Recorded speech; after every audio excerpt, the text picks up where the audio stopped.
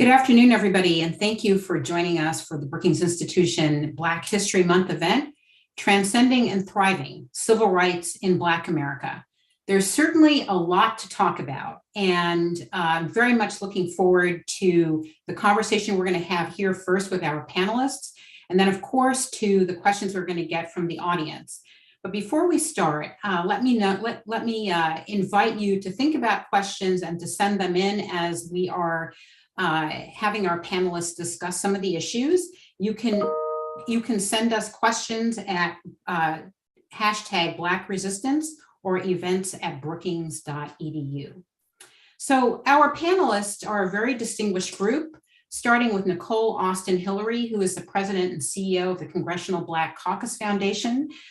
In this role, Nicole Austin Hillary leads and inspires a team of high-performing leaders and a staff as they create and implement plans to carry out the organization's mission and achieve strategic goals. We also have Yvette Badu-Nimako, who is an attorney and lecturer with extensive experience working to advance civil rights, human rights, economic empowerment, and equity in both the public and private sectors through legal analysis, policy strategy, oversight and investigations, and program implementation. She currently serves as the interim executive director and vice president of policy at the National Urban League, where she leads the Washington Bureau and provides expertise on civil rights, social justice, federal courts, and constitutional issues on behalf of the organization. We are also joined by Dr. Keon Gilbert, who is a David M. Rubenstein Fellow at the Brookings Institution. He's an associate professor in the Department of Behavioral Science and Health Education at the College for Public Health and Social Justice at St. Louis University, and is a co-founding director of the Institute for Healing Justice and Equity, a center focused on eliminating disparities in health caused by systemic oppression. Dr. Nicole Turner-Lee also joins us. She's a senior fellow in governance studies at the Brookings Institution, the director of the Center for Technology Innovation, and serves as a co-editor-in-chief of Tech Tank. Dr. Lee researches public policy designed to enable equitable access to technology across the US and to harness its power to create change in communities across the world. Her work also explores global and domestic broadband deployment and internet governance issues. She's an expert on the intersection of race, wealth, and technology within the context of civil engagement, criminal justice, and economic development. Thank you all and welcome. And welcome to our entire audience joining us online today. So as I mentioned, we really have a lot of ground to cover. Civil rights has always a very vibrant issue for the Black community. And this year and this era is certainly not any different. So what I wanted to do was focus a little bit on some of the key issues facing the Black community, civil rights issues. Talk a little bit about particularly voting rights and some of the things that have happened in voting rights since the 2020 election. And to start us off, I'm going to ask Nicole A.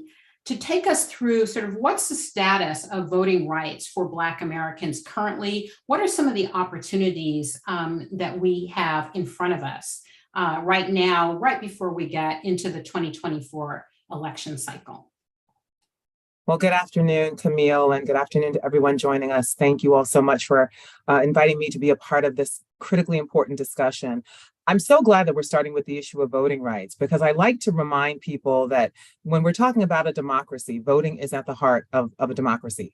No matter what issues we're dealing with, whether it be education, housing, infrastructure, voting is what gives voice to every single person within a democracy. Now, we all know that ever since 2013, voting rights has been under even more attack than in our last 20 to 30 years. And that's when the Supreme Court struck down Section 4 of the Voting Rights Act. And ever since then, we have seen many states attack voting rights by having state legislatures try to implement new voting laws and regulations that frankly make it harder for people to vote. And that has fallen predominantly on Black and Brown communities and on poor communities, the changes to those voting laws. And frankly, we have seen those attacks continue. It has not stopped since 2013. And so as we are in 2023, we are finding that states are continuing these efforts. In fact, if you look at some of the most recent research, it shows that there are over 100 new laws that are pending in state legislatures across the country. And that is because there continues to be efforts to make changes to things such as voter ID laws, placement of voting booths and voting locations, changes with respect to early voting, and so on and so on. And we know that these are mechanisms that have simply made it easier for people to engage in our democracy. And that's really what the history of voting rights in this country since the passage of the Voting Rights Act in 1965, that's what it's been about. It has been about a progression towards opening up the franchise, not diminishing and closing the franchise. So what voters need to do right now is to remain diligent. Because one of the things that I like to point out as a bright spot is that despite these attacks, we have seen voters become much more knowledgeable and much more engaged in not just going to the voting booth on election day, but in understanding the rules and regulations and changes in their states. And that's what they must continue to do, because it is an ever-evolving process. And if you are not aware of the changes that are pending and the changes that have actually been codified in your local jurisdiction, you may be in trouble.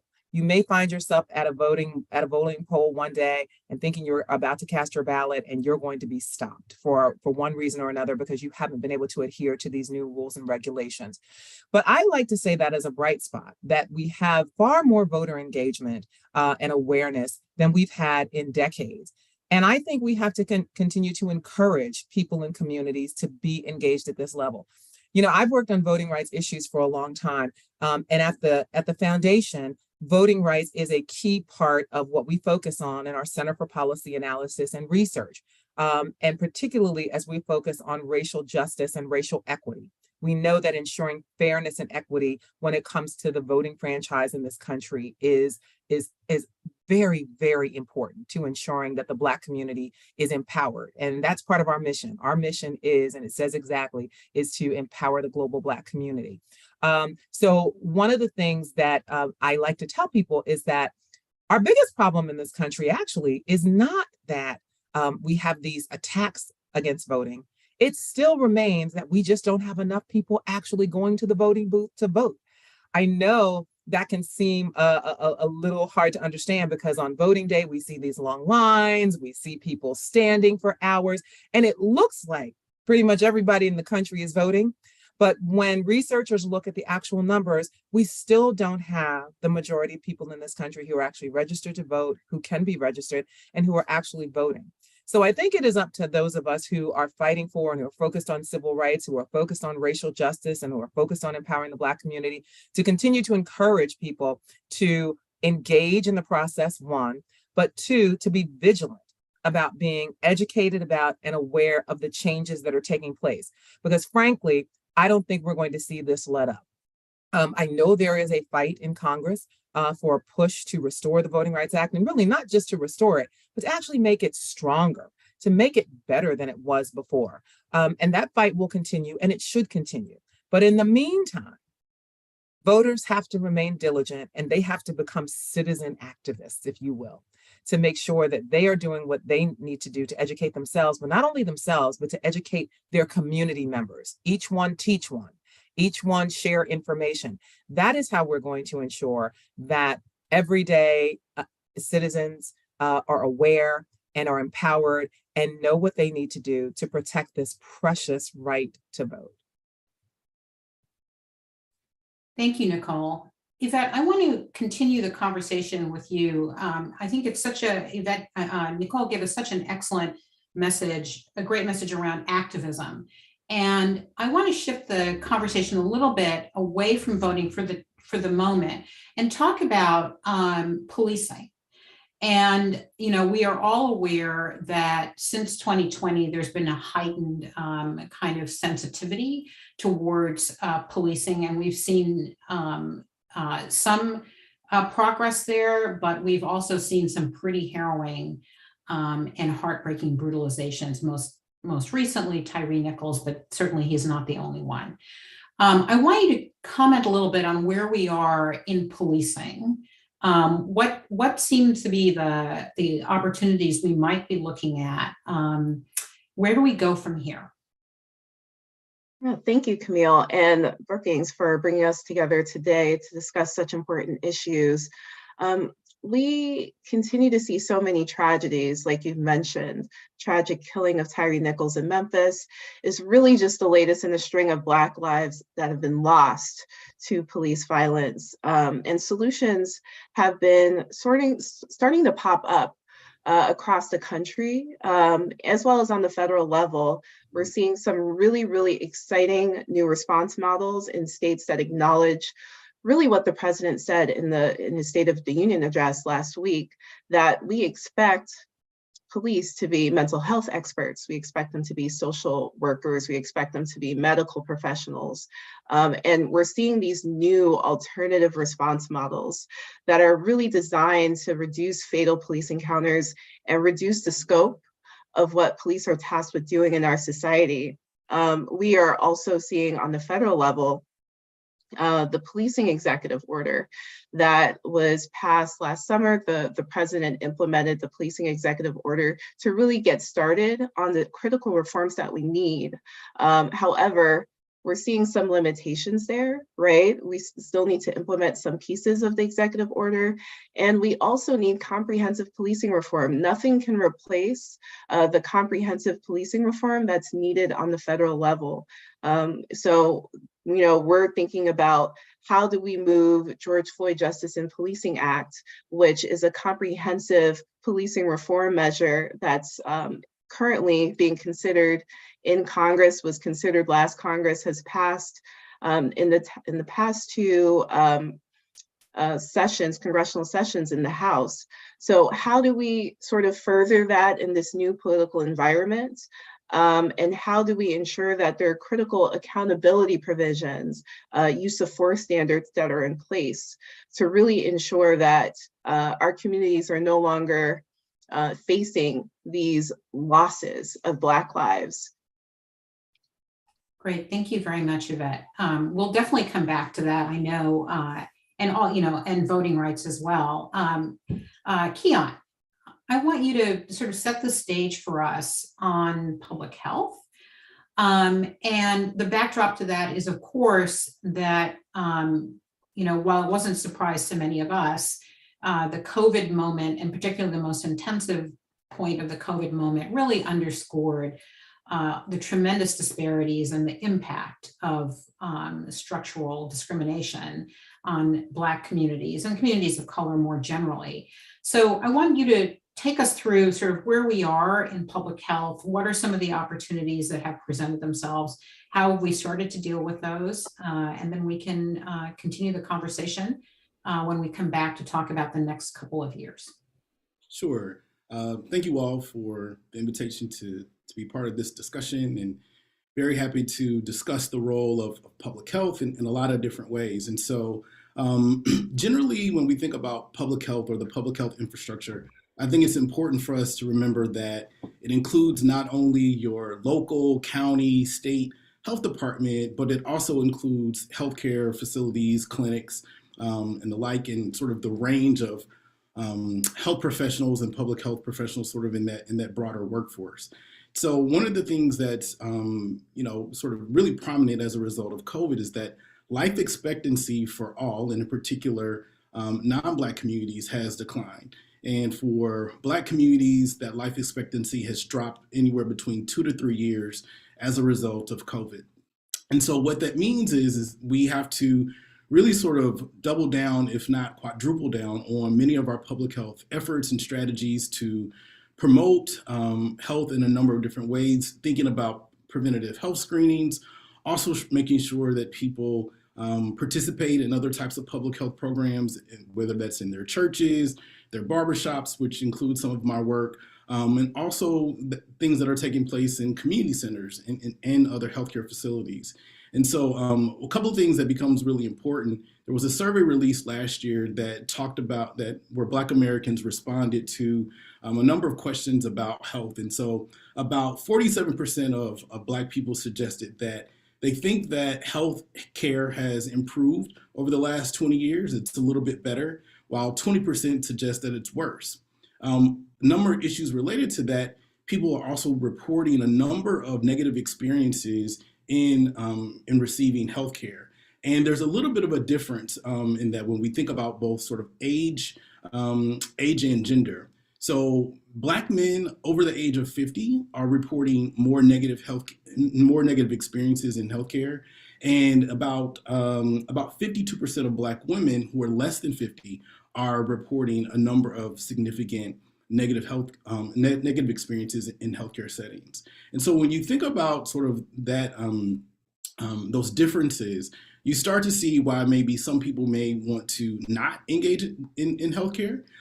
People may be seeking alternative strategies to take care of their health. And certainly COVID exacerbated that in a number of different ways.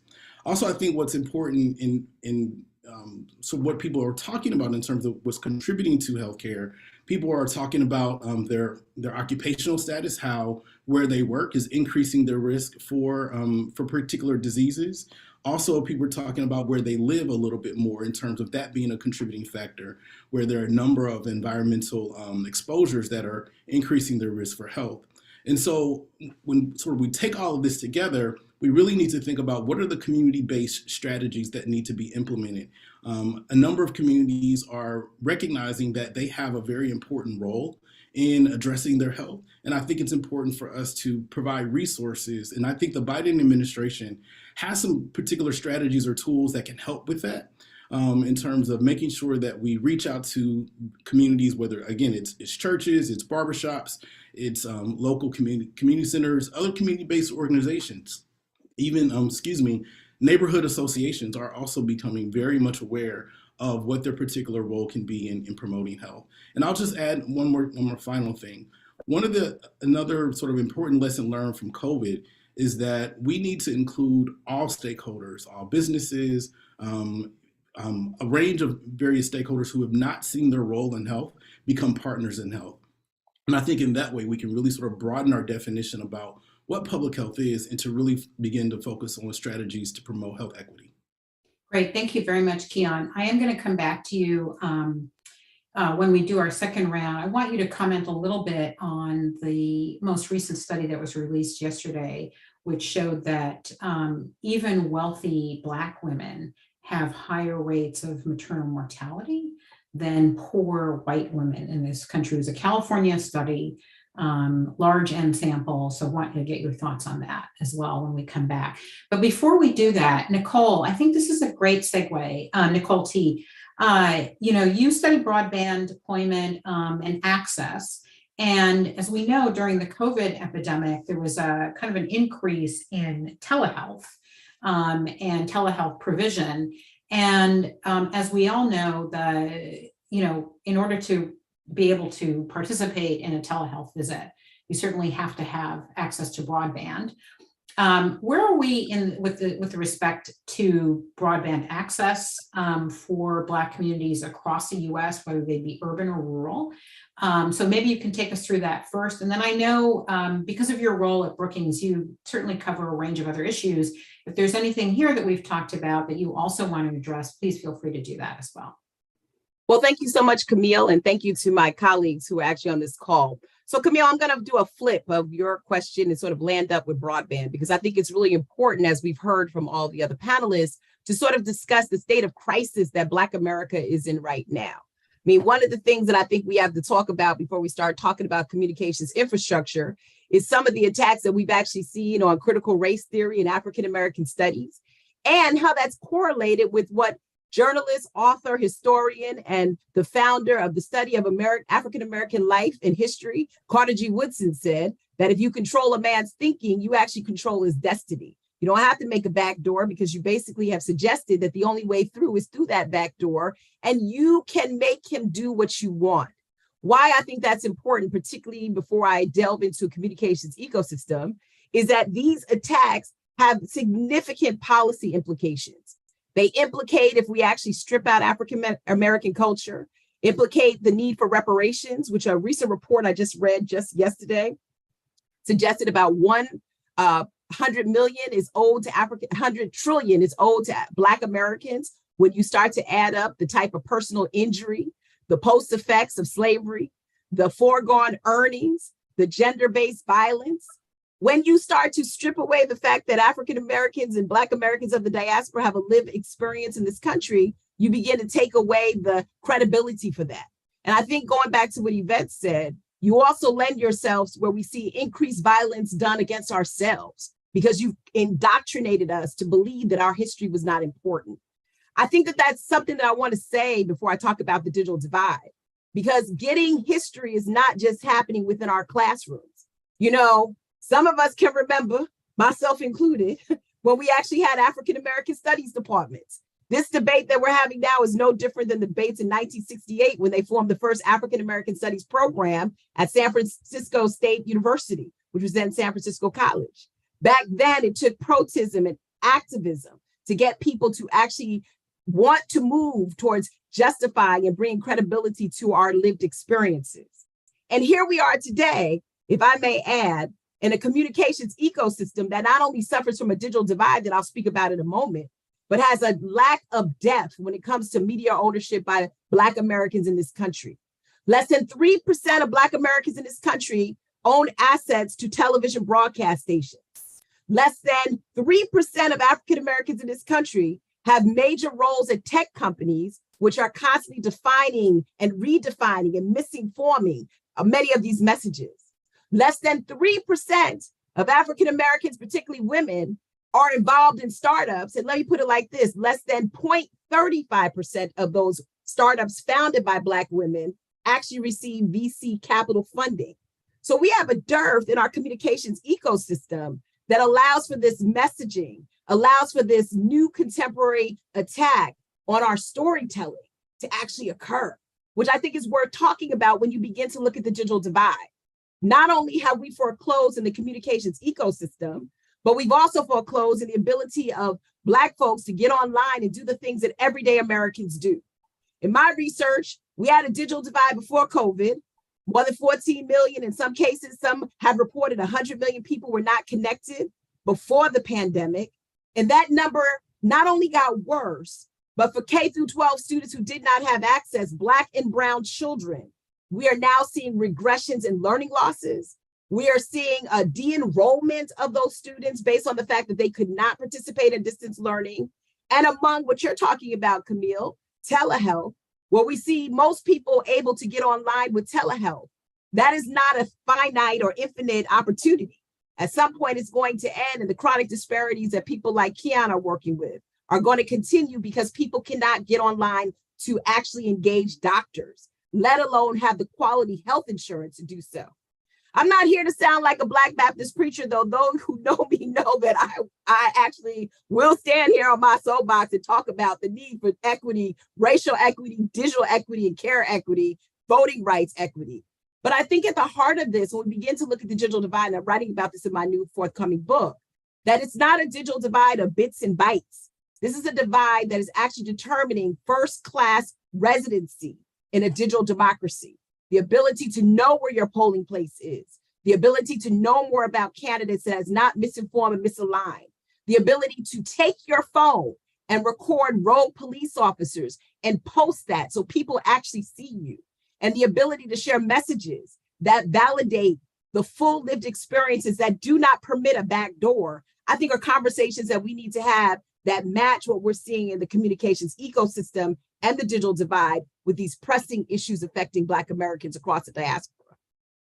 Great. Thank you so much, Nicole. Very, very invigorating, as always. I want to kind of step back into this discussion about opportunities, particularly as we head into the election season for 2024. And here I want all of you to think about what's the playbook for advancing Black civil rights between now and the beginning of the election, so November 2024.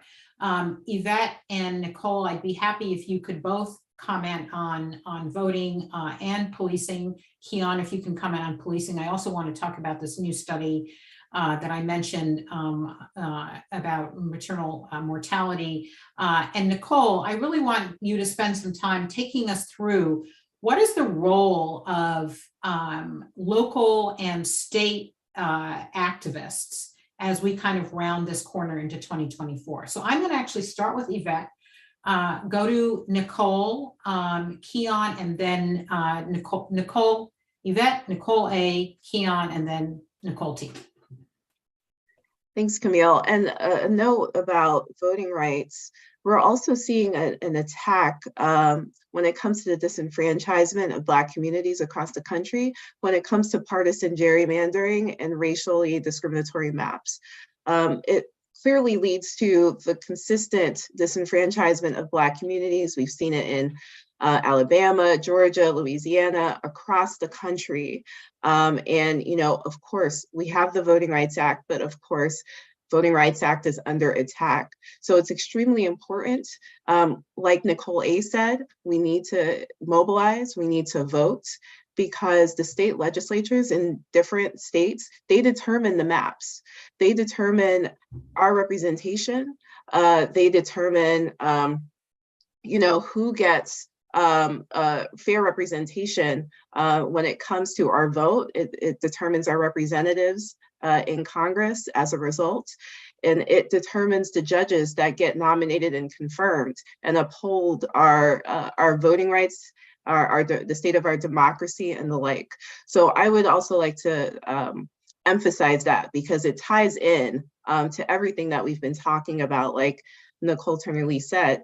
So, you know, and when it comes to policing, as I mentioned before, you know, we have, you know, as I mentioned earlier, we have our policing executive order that the Biden administration rolled out last year that talks about different provisions from the George Floyd bill that applies to federal law enforcement. It talks about creating a database, police misconduct database. It talks about a lot of provisions such as the ban on chokeholds, no-knock warrants that are extremely important to the provisions of the George Floyd bill. However, there are limitations there, and there does need to be, if we're going to talk about comprehensive policing reform, there needs to be a different measure that requires you know, state and local law enforcement entities to comply with these sort of standards that are needed if we're going to stop seeing, you know, tragedies such as the killing of Breonna Taylor or Tyree Nichols, et cetera. So, you know, that is obviously a key point. On the state and local level, as I mentioned, we're seeing so many exciting models. You know, we're seeing the Cahoots program in Oregon that many individuals now are using across the country as models for their own programs when it comes to different types of responses, mental health response, if there's a mental health crisis and the like. When it comes to community violence response, we're seeing New York street teams that are, you know, on the ground, really making an effort to prevent unnecessary police interactions that lead to tragedies. So, you know, these are concrete measures. We're seeing them pop up throughout the country in different states. And the more states explore it, that's really a key metric in the next 2 years to see how we change sort of our state of public safety, both when it comes to police interaction as well as expanded and more accurate response when we're thinking about mental health as well. Okay, great. Thank you very much, Yvette. Nicole A. So Camille, I want to step back for a second, because as I was listening to Nicole T speak, it reminded me that this conversation really has to make clear to people that these issues are not siloed issues. When you were talking about civil and human rights and racial justice, you have to understand that all of these issues are interconnected. You know, in my years of working as a civil and human rights attorney, you know, I'd run into colleagues who would say, well, I'm a specialist in voting rights, or I'm a specialist in housing, I'm a specialist in education. Those days are gone. We cannot afford to say we specialize in one racial injustice over another.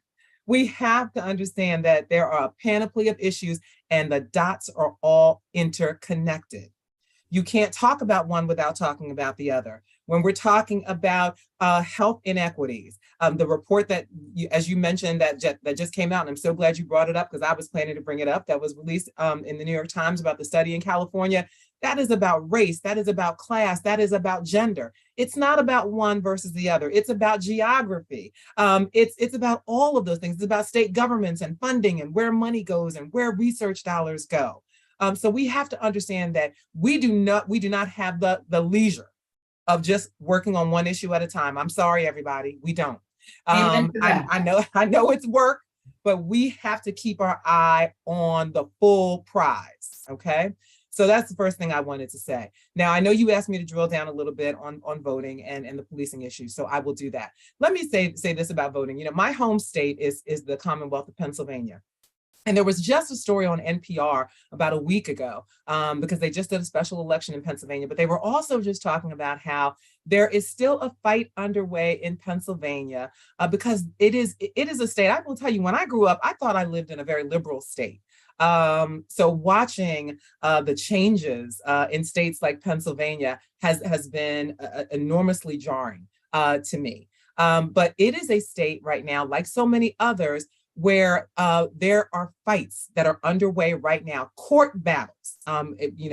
Someone mentioned earlier, I believe it was Yvette, who talked about how we have to watch the judges and what's happening in terms of appointments. There are battles going on in Pennsylvania right now in the courts because there are wars waging between the parties, dealing with gerrymandering, dealing with mapping, and dealing with various voting implementations that will be put in place in the state. Those are the things we have to continue to watch. Everyone needs to become, frankly, an armchair expert on all of these issues. Folks, read your news, watch what is happening, go to community meetings. We, in fact, at the foundation, we've been doing something called community conversations around the country. We have one coming up, in fact, in 2 weeks. We are going to be on the ground in Tulsa, Oklahoma. And as so many know, Tulsa, Oklahoma is the place where in 1921, there was an horrendous race massacre. There used to be the Black Wall Street. There was so much wealth and businesses that were in Tulsa, Oklahoma, and it was burned down by a white mob due to racism. And we have to make sure that we are in these communities having these conversations. We did one in Detroit last year where we talked about public safety. There goes the policing issue and how do we keep our communities safe? So we have to make sure that we as experts, quote unquote, are not just sitting in our nice lofty offices in Washington and other places, though we are blessed to have these positions and be able to talk and be able to do this work. But we have to be on the ground with our folk, arm in arm in the communities, having these conversations and giving them the resources and the tools that they need so that when we say get educated on voting, we are giving them those materials. That's what we're doing at the foundation. Again, our Center for Policy Analysis and Research and our National Racial Equity Initiative for Social Justice. That's what we are doing. We have fellows that are with us. They work with us for 2 years, and they are doing research on a plethora of issues, the very issues that we're talking about now, and even then some. And we want to give those tools to people in communities so that they know themselves how to mobilize, how to organize, and how to put certain mechanisms in place that will make their community stronger, that will give them more voice and give them power to make the changes they want to make in their communities. So that's how we have to, again, dig deep when it comes to voting. And when it comes to the policing and the criminal justice issues, that deals with safety. I tell people all the time, I don't know who said that Black folks don't want safe communities. Somebody somewhere told that lie because it gets confused when you listen to the messaging and the talk. Somebody got that confused. Look, I grew up in public housing. And I tell people all the time, my community was so safe. We left our doors and windows open. I love my community. I didn't know my community was considered an unsafe one until somebody on the outside told me that it was unsafe, only because it was public housing. We kept our community safe because that was important to us. It was important to our parents. It was important to all the kids who were living there. We all want safe communities, but we want communities that are safe, but that also respect us and that also give voice to us and put us first, not a politician, not policymakers, but that put what the people in those communities want and feel like they need. So as we are focusing on policing, we have to make sure that we are bringing community voices to the table. that we are bringing community voices to these policy discussions. That's where it has to start, because then that's when you build upon camaraderie, that's when you build upon inclusion, and making sure that these policies that we're talking about are not these erudite things, but are things that people really are saying work for them in their communities and are what they need to feel safe and are what they need to ensure that they are having the right relationships with the law enforcement officers and the policymakers who are making decisions that impact their lives on a daily basis. So as we continue this conversation, I want to make sure that we keep all of that in mind. This is not about one or two offset issues, that this is all about a contingent and collective set of issues that are impacting the future of Black America and the future of our power. Thank you, Nicole. Keon, I'm going to move to you. All righty. I don't know why you put me after Nicole A there, but I appreciate it. Well, I'll just actually pick up on several points that Nicole A has mentioned. And before I get to a few more details about the particular study that you mentioned, because I think they're relevant to the understanding of Black maternal mortality and morbidity.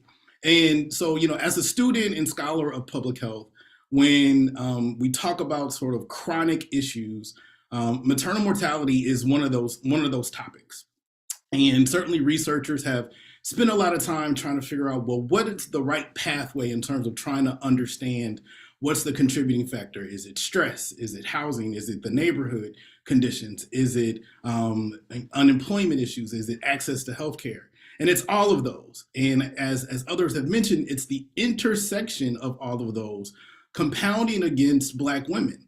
And in this particular study that looks at 100,000 births, it shows that not only is it a disparity, it is a systemic inequality when you look at the number of babies that are dying to Black mothers, whether they are rich or poor in California. It really shows how stark that disparity and inequality is. And we can't just relate it to interpersonal issues between a patient and the physician. That certainly happens. When I talked about the study looking at Black Americans and their responses to a number of health questions, Black women under the age of 50 are the ones who have reported more negative experiences in the healthcare setting.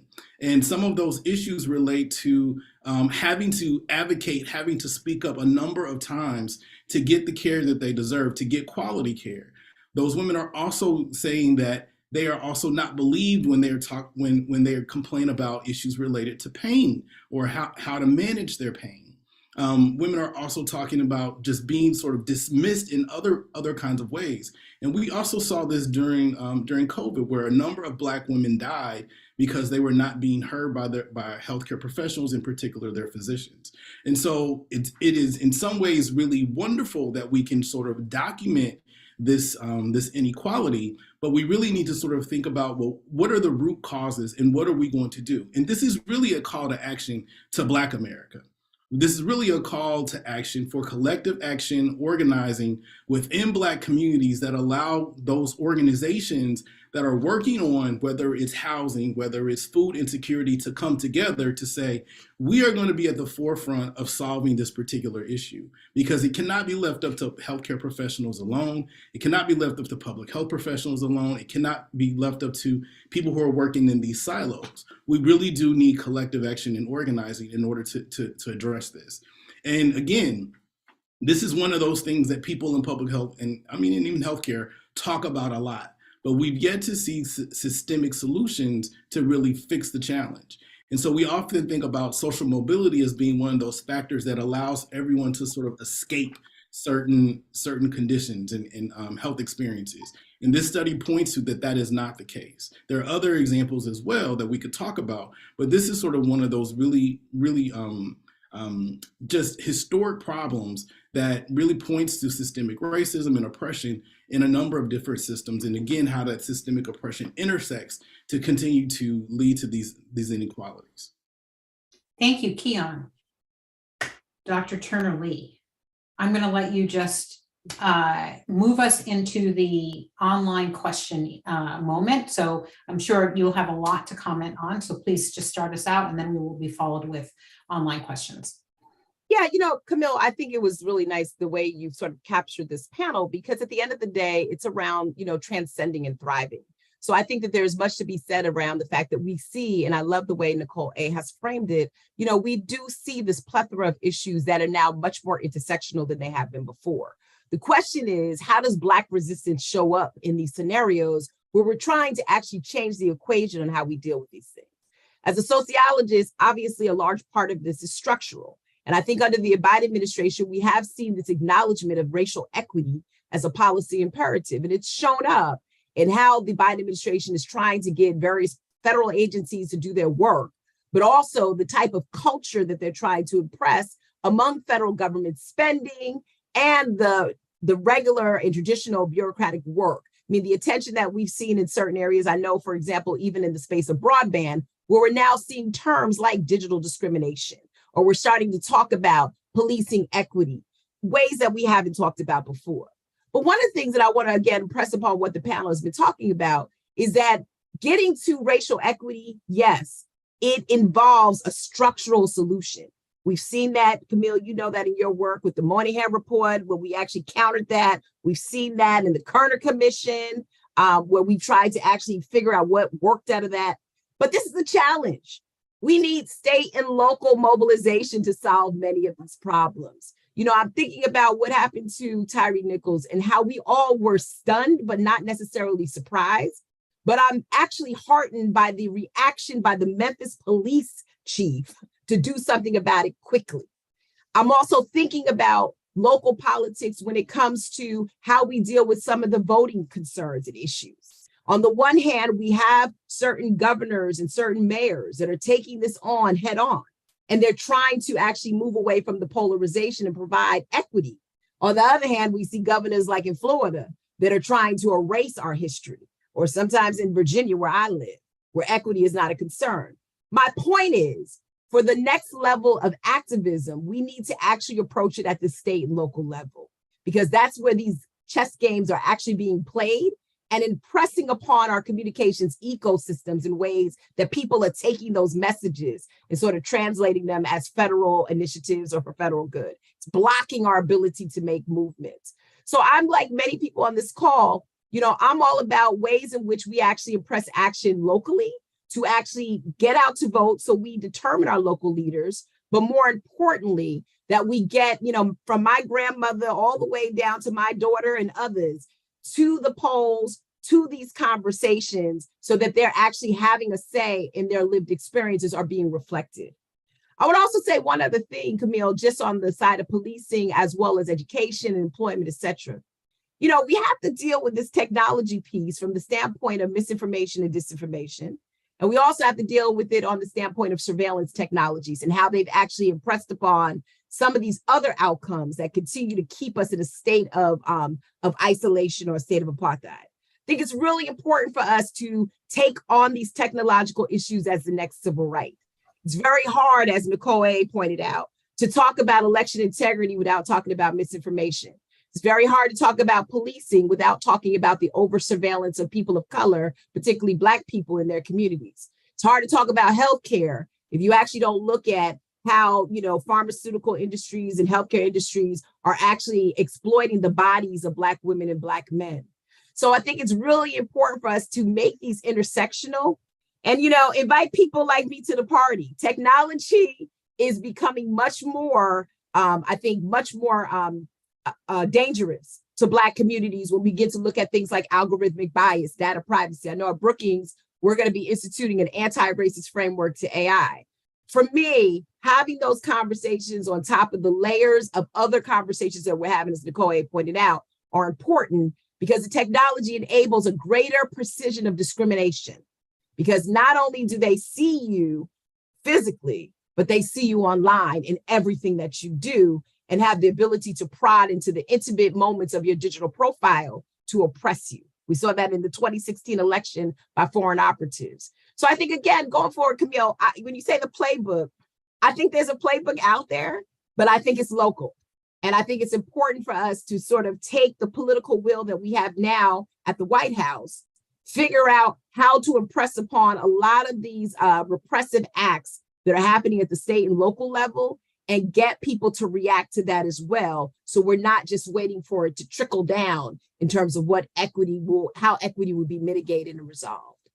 Great, thanks for that, Nicole.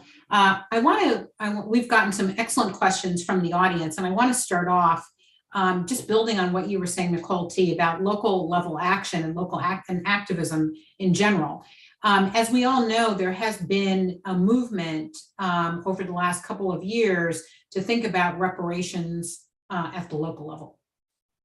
So I want us to just kind of think about that for a second and discuss whether or not that seems like a viable strategy. Obviously, it is not, a substitute for a larger scale reparations, but let's think about that and talk about a little bit about what the playbook might look like there, what has been accomplished in that area. What do you see as some of the insights of moving in the local direction on reparations? And I'm going to start with Nicole A.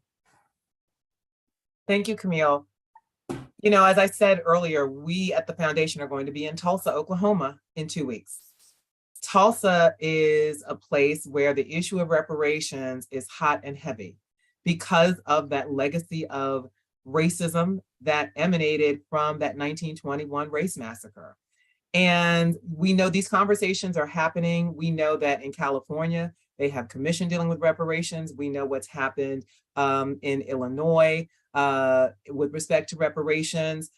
Here in my county, where I live here in Prince George's County, here in Maryland, they are dealing with these issues. So we have to not be afraid. We have to stop being afraid to have the conversation about reparations, okay? You all will remember when Eric Holder was the Attorney General of the United States, one of the things he said is that we as a people, and he wasn't saying just we as Black people, we as a country of people are cowards when it comes to talking about race. Well, we have to stop being cowardly. And that means dealing with the issue of reparations. We have to have serious conversations about it. On the national level, on the federal level, there has been a piece of legislation that has been introduced every single legislature, every single Congress, and the late great John Conyers was the champion of it. It is now being championed by Representative Sheila Jackson Lee, HR 40, and it is a bill to do nothing more than study the issue of race in this country, slavery, and the issue of reparations. So we have to start with that. We need to be having those same kinds of conversations on the local level because we have to get people to just wrap their brains around what reparations even means and what it is tied to. And again, as I said earlier, we can't allow silos. We can't allow people to break down these issues and create other messages and stories and co-opt them. People need to understand that you cannot talk about racial injustice in this country and the history of that injustice and how it has impacted the country without talking about repair. And that is what is at the heart of reparations, the issue of repair. So when we're talking about policing and we're talking about that system, aren't we really having conversations about repair? How do we take a system that's broken and fix it or improve it or create a whole new system? That's what reparations is about. So we have to start messaging in that way so that people can, I don't care what they have to do, eat your Wheaties, whatever it is you have to do to be bold enough to come to the table and have those conversations. We need to be encouraging people to have those conversations. And again, when the foundation is in Tulsa in 2 weeks, and we have that community conversation, you can best believe that the issue of reparations and how do we bring about repair is going to be at the heart of what we discuss with folks on the ground there. Great, thank you very much, Nicole. Anybody else want to get in on this? We have other questions, so certainly, yes, Nicole T.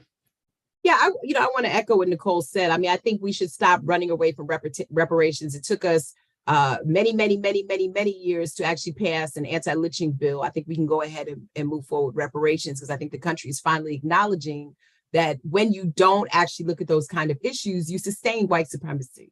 And I think it's important that we do have some will to sort of address this head on, particularly after the things that we've seen publicly. I think the main thing too, and I like what Nicole talked about in terms of framing this as a repair. The challenge that we have reparations, and I think people need to understand, particularly those who are listening who know very little about it, there is a cost of injury to folks that not only, psychologically were damaged because of the transatlantic slave trade, but continue to feel the cost when it comes to economic disparities, social disparities, educational disparities. I mean, where people start in the marathon is where they're going to land up. And if we as a country are thinking about, and again, I want to go back to those federal investments, there's political will on the racial equity side, but reparations are very much a part of that because we're dealing with an unevenness when it comes to where people enter this marathon. And if we're truly trying to be a global leader, I think it's really important that we call the bluff the way it is and we make sure that we put our money where our mouth is in this country. It's not a lot, but you just think about the disenfranchisement of certain farmers in this country and what that has done to level the playing field. It's no different than that. So again, I think like Nicole said, it's local and it's an issue. And I just read this report after it just came out from the ASIL on the second symposium on reparations. But there's a really interesting report that quantifies this. And I think we, again, need more studies to understand how this implicates our ability as a country to be much more equitable. Great, thank you, Nicole. I want to move to another question we've gotten from the audience. So the question is, what are the top policy priorities to address systemic racism? And I think what this question is acknowledging is that there are a lot of interdependent issues, but if we look at the next 2 years, we're going to have to prioritize and where can we build the largest coalition. So I'm just going to do a round robin and ask each of you that question. I'm going to start with Yvette. Thanks, Camille. So as many mentioned, they're so all-encompassing because they're interconnected. There's so many issues that we have to view as, not in its silos. We have to view them together, right? So when we're thinking at the National Urban League about our priorities, we're thinking about policing and voting rights, like we already mentioned. We're also thinking about the social safety net, right? And it's something that really impacts our communities. We're thinking about the minimum wage, which is a huge priority for us because it impacts how we're able to economically thrive, right? As well as home ownership and reducing discrimination when it comes to, all pathways for home ownership and wealth building. Things like how do we combat appraisal bias? How do we combat all these concrete issues that we're seeing pop up as folks try to attain wealth in our communities? So, it's intrinsically tied and we view them together. And I think it's critically important that we continue to do so. And things that we've seen, obviously we faced a really tough pandemic in the past couple of years. Certain policies have come up that have shown us that we can do more, right? When we think about expanded Medicaid, when we think about the child tax credit, when we think about all of these things that sort of supported, Black communities and other, traditionally underserved communities. It's something that can we explore continuing that in the next 2 years? So that's definitely a priority for us as well. Great, thank you very much, Yvette. Keon, I'm going to move to you. So I'll just come from a public health perspective. And I think part of it is recognizing that many of the policies that we think about, implement and enact have some health components, have some health implication. And I think it is both sort of the community's responsibility to demand that politicians think about those health implications, as well as to figure out important solutions and to work with communities to do that. So I definitely think we need more resources, more structures as a way of policymakers and other stakeholders to engage with communities. And there's a number of different ways that they can do that. Also demanding that both our public health infrastructure and the medical or healthcare infrastructure really focus on prevention. One of the things that becomes important in even the study that you mentioned, and sort of even all of our health issues, is that people are just not generally healthy. And so it's not just a matter of whether it's Black or white, people are just not healthy in general, and people don't have access to preventative health services. And I don't mean just screenings, but other types of programs to not only think about health behaviors, but also accessing services. One of the things that Yvette mentioned in terms of thinking about bias is that we have incredible bias in all of our systems and systems and structures and services where people are being blamed for having to access these services. And so we need to really undo those types of policies. And in many ways, when I think about public health, we really do need a movement of anti-racism within the public health infrastructure to ensure that people are getting the resources that they need and getting the types of services that are important to not only prevention, but if people are sick, to be able to promote health so that their life is extended in many different ways and they have a quality of life. Great, thank you, Keon. Nicole T. Yeah, I mean, I'm not a public health professional, and I admire the work of my colleague Keon and what he's doing. I would add to that, we need an initiative for Black mental health. I mean, a lot of what we spoke about has a lot to do with the trauma that we've experienced, and the extent to which we can continue to vow to address Black mental health issues, I think will be important. I would just say other policy priorities, just for the sake of time. Obviously, the digital divide, we need to close the digital divide, ensure equitable access to broadband. We need to stop surveilling technologies that are oppressive and repressive to communities of color, particularly Black people. I think it's important, as Yvette said, to continue to invest in economic development and wealth building strategies, including reducing student debt. And then I would say, finally, the place that people find comfort, and I really love what Nicole said, is where they live, and making sure that we have livable communities with sustainable housing and those parts of the ecosystem to just make a better quality of life. At the end of the day, we can't take back what happened to us, but we can certainly demand that we live in communities that allow us to survive and thrive and transcend a lot of that trauma that we've had to experience. Thank you, Nicole. Nicole A. So Camille, I'm going to do what you asked us to do, but it's clearly hard. I know you want I to know. focus on that one thing. And as I listen to my colleagues, I'm like, yes, absolutely, all those things. But I'm going to try to focus in on the one thing that I think is the umbrella that encompasses all of these issues. And you heard bits and pieces of it from Nicole, from Yvette, and from Keon, and that's economics. Everything stems from economics, given this country in which we live, how this country was founded.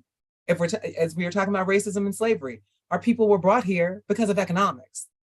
It was for nothing more than to make money for a wealthy group of white male landowners who needed free labor. So everything that we are talking about, whether we're talking about the housing, the education, the infrastructure, all of that is about economics. The work that we're doing, that so many of our fellows are doing at the foundation, is focused on economic issues in one form or another. And I'll give you a quick example. Keon was talking about the health disparities.